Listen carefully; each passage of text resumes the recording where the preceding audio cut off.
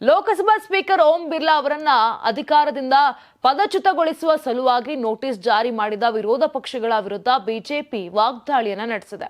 ಕಿತ್ತು ಹಾಕಬೇಕಾದುದು ಲೋಕಸಭಾ ಸ್ಪೀಕರ್ ಅವರನ್ನ ಅಲ್ಲ, ಬದಲಿಗೆ ವಿರೋಧ ಪಕ್ಷದ ನಾಯಕ ರಾಹುಲ್ ಗಾಂಧಿ ಮತ್ತು ಕಾಂಗ್ರೆಸ್ ಪಕ್ಷವನ್ನ ರಾಜಕೀಯದಿಂದಲೇ ಓಡಿಸುವ ಸಮಯ ಬಂದಿದೆ ಅಂತ ಬಿಜೆಪಿ ಹೇಳಿದೆ.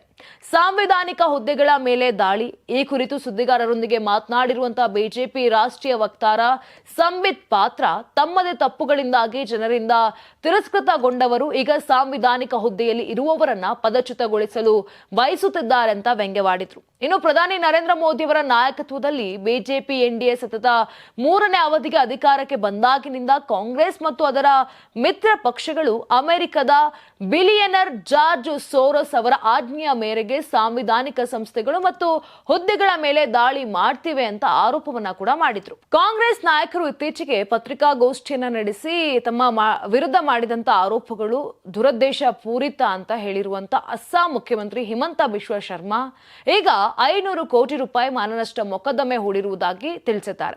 ಫೆಬ್ರವರಿ 4ರಂದು ಜಂಟಿ ಪತ್ರಿಕಾಗೋಷ್ಠಿಯನ್ನು ಉದ್ದೇಶಿಸಿ ಮಾತನಾಡಿದ ಅಸ್ಸಾಂ ಕಾಂಗ್ರೆಸ್ ಅಧ್ಯಕ್ಷ ಗೋಗೈ, ರಾಜ್ಯಾದ್ಯಂತ ಸುಮಾರು 12,000 ಬಿಗಾ ಭೂಮಿಯನ್ನ ಸಿಎಂ ಮತ್ತು ಅವರ ಕುಟುಂಬ ಒತ್ತುವರಿ ಮಾಡಿದೆ ಅಂತ ಆರೋಪವನ್ನ ಮಾಡಿದ್ರು.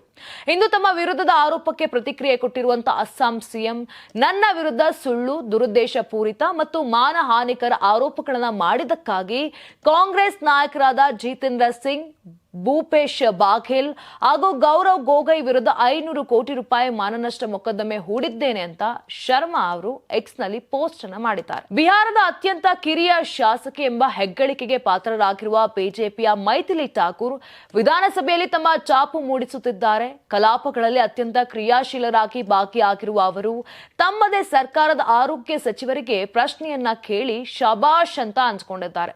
ಅಷ್ಟೇ ಅಲ್ಲ, ಸಚಿವ ಮಂಗಲ್ ಪಾಂಡೆ ನೀಡಿರುವ ಹೇಳಿಕೆಯಿಂದ ತಾವು ತೃಪ್ತರಾಗಿಲ್ಲ ಅಂತ ಹೇಳೋ ಮೂಲಕ ಮೈಥಿಲಿ ಠಾಕೂರ್ ಗಮನವನ್ನ ಸೆಳೆದಿದ್ದಾರೆ.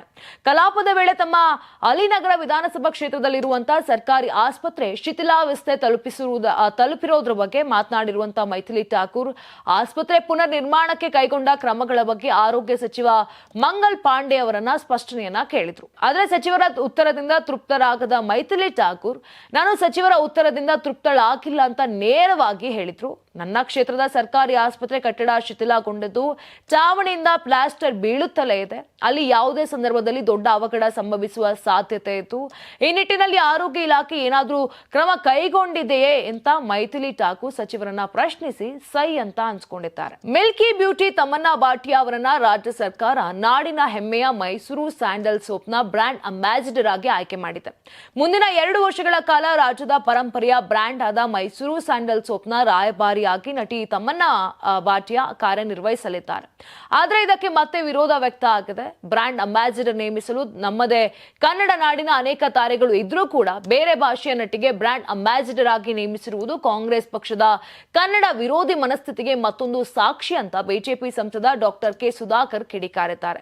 ಈ ಬಗ್ಗೆ ಎಕ್ಸ್ ನಲ್ಲಿ ಟ್ವೀಟ್ ಮಾಡಿದ್ದಾರೆ. ರಾಜ್ಯ ಸರ್ಕಾರ ಪರಭಾಷೆ ನಟಿ ತಮನ್ನಾ ಭಾಟಿಯಾ ಅವರನ್ನ ಮೈಸೂರು ಸ್ಯಾಂಡಲ್ ಉತ್ಪನ್ನಗಳಿಗೆ ರಾಯಭಾರಿ ಆಗಿ ಆಯ್ಕೆ ಮಾಡಿದೆ. ಕಾಂಗ್ರೆಸ್ ಸರ್ಕಾರಕ್ಕೆ ಕನ್ನಡದ ಸಿನಿತಾರೆಗಳು ಕಣ್ಣಿಗೆ ಕಾಣಿಸ್ಲಿಲ್ವಾ? ಕರ್ನಾಟಕದ ಸುಪ್ರಸಿದ್ಧ ಅಂತಾರಾಷ್ಟ್ರೀಯ ಬ್ರ್ಯಾಂಡ್ ಮೈಸೂರು ಸ್ಯಾಂಡಲ್ ಸೋಪ್ಗೆ ಬ್ರ್ಯಾಂಡ್ ಅಂಬಾಸಿಡರ್ ಆಗಿ ನೇಮಿಸಲು ನಮ್ಮದೇ ಕನ್ನಡ ನಾಡಿನ ಅನೇಕ ತಾರೆಗಳು ಇದ್ದರೂ ಕೂಡ ಪರರಾಜ್ಯದ ಅನ್ಯ ಭಾಷೆಯ ಸಿನಿಮಾ ನಟಿಯೊಬ್ಬರನ್ನ ಕೋಟ್ಯಾಂತರ ರೂಪಾಯಿ ಪೇಮೆಂಟ್ ಕೊಟ್ಟು ಬ್ರ್ಯಾಂಡ್ ಅಂಬಾಸಿಡರ್ ಆಗಿ ನೇಮಿಸಿರೋದು ಕಾಂಗ್ರೆಸ್ ಪಕ್ಷದ ಕನ್ನಡ ವಿರೋಧಿ ಮನಸ್ಥಿತಿಗೆ ಮತ್ತೊಂದು ಸಾಕ್ಷಿ ಅಂತ ವಾಗ್ದಾಳಿಯನ್ನ ನಡೆಸುತ್ತಾರೆ.